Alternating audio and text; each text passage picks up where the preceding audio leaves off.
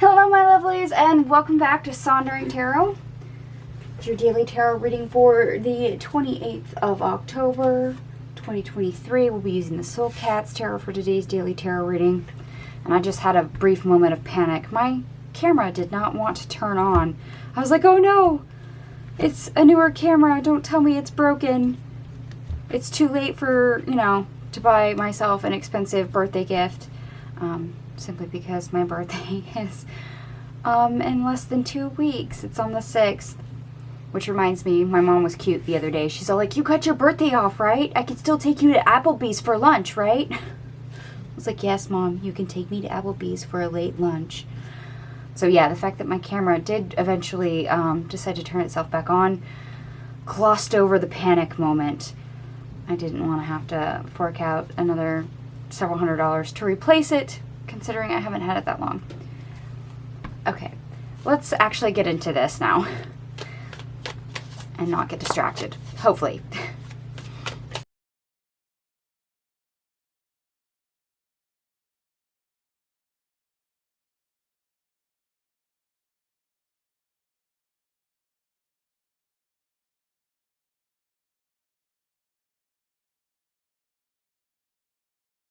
I am back. I have all your cards on the table. Believe it or not, we have 3 aces, so we have 111 showing up. We have 9 major arcanas on the table as well, and that makes sense considering considering there's not all that many cards here, but we do have a full moon lunar eclipse in Taurus today.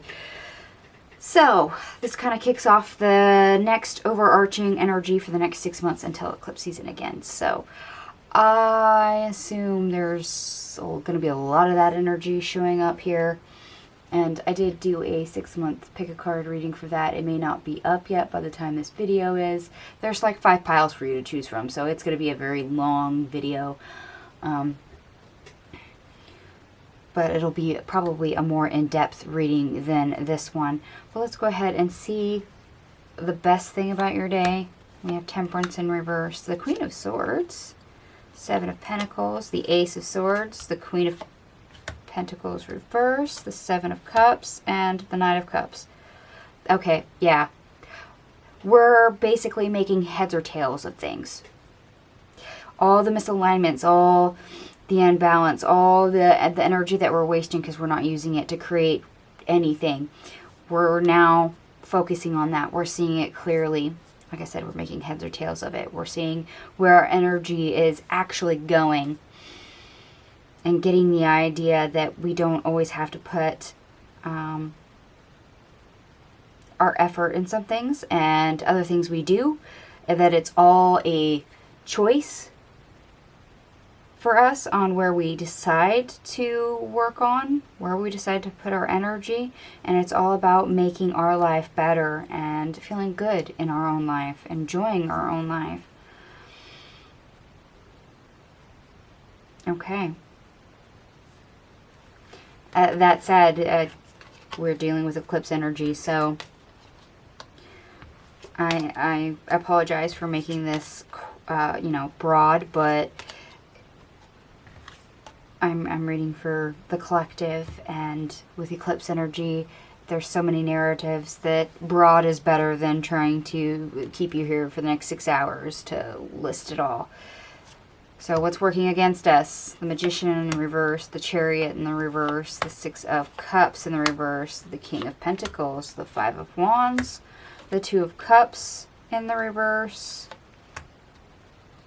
Death in the reverse, the Hanged Cat in the reverse, and the Page of Pentacles. Okay, and they're highlighting a number for me because we have the 2 of Cups, we have the High Priestess, and the 2 of Pentacles over here in the section we haven't gotten to. So we have 222 showing up as well. They're highlighting it. 2s are usually relationships. So well, let's see what's here in your resistance. The energy working against you, your obstacle or resistance position, to see how that correlates. Okay.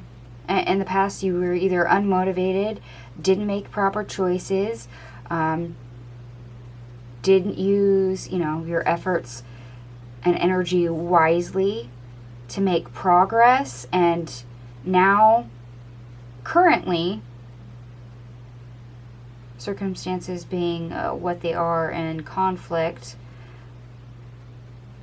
don't seem to be changing despite any opportunity to change it. Okay, so kind of the, it's now coming to bite you in the ass. Whatever you've been ignoring, neglecting, yeah, it's now coming to haunt you. Coming back with a vengeance of, hey, you didn't fix that, so guess what? Now we're going to wreak havoc in your current setting and make things a little bit testy and disrupt what you think is all hunky-dory until you make a proper choice. Until you make a proper decision, until you give it its proper focus and do something with it.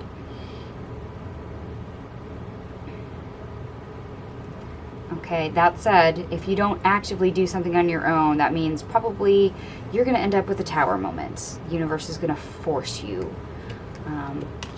And for some of you, things are coming to bite you on the ass, and you might end up with a tower moment automatically. If you've been dragging your feet on things that you know need your attention already and have refused to do it, we need to be a little bit more hands-on, basically. Which is great with the energy we have over here, because we're making heads and tails of exactly where that is.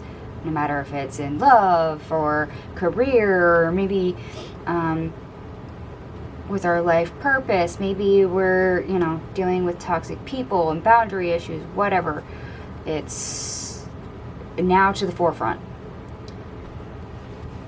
And we're going to get into our obstacle, or how to get over the obstacle. We got Judgment, Ten of Wands, the Empress, the High Priestess, the Two of Pentacles, the King of Wands, the Ace of Wands reversed, the Three of Cups, the Four of Wands, the Nine of Cups reversed, the Page of Swords reversed, the Eight of Pentacles, Justice, and we end on the Ace of Cups in the reverse.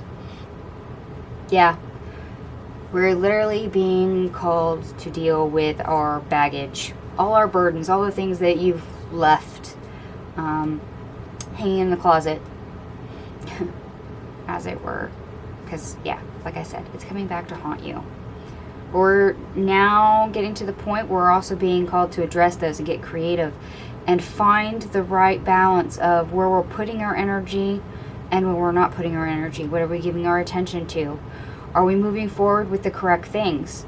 Or are we letting the right things just kind of go to the wayside, regardless of whether we need to move forward or subtract our energy and remove ourselves? No matter which way we go, which way we balance, which way we toggle on that, it's always for self-betterment. It's always in a form that should support us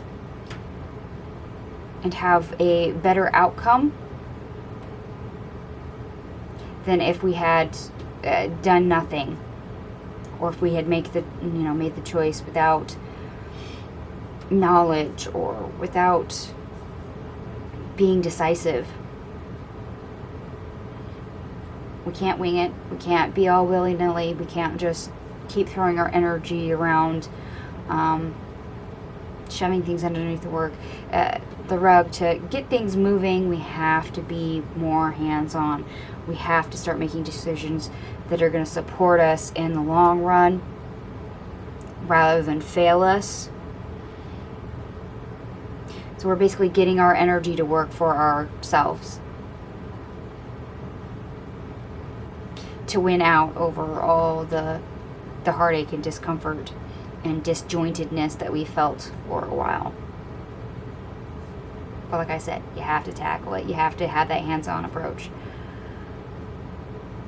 And realizing, yes, some areas you're going to have to put a heck of a lot more effort in, and others you're going to have to take away your focus, your attention from it. So there's two sides to this: addition and subtraction. But definitely the need to be more hands-on. I don't know about you, but anytime energy like this comes up, I think I'd rather try to find a way to solve it on my own without the universe trying to prod me. Just because that usually comes at a worse timing, and we have a tendency to fight it more, or so I've been led to experience. Like I said, we have a full moon lunar eclipse in Taurus, so things you began 1 to 2 years ago. This is a culmination of all that change. So these, of course, being in Taurus goes with financial block stability, security, confidence. All these issues can crop up to anything related to Taurus. The moon is also, the moon is in Taurus. Ground yourself. Strong emotional energy. Grounding will help you with your control level. Mars is in Scorpio opposite Jupiter and Taurus. Everything might feel okay, but you may struggle to do anything about it. You can be incredibly optimistic, but may lack motivation to see things through. Mercury in Scorpio is opposite Jupiter and Taurus. Your outlook may be positive, and you likely only want to be optimistic, but you might also sadly have issues seeing the full picture, the big picture, or the end game. And that requires you to take a step back.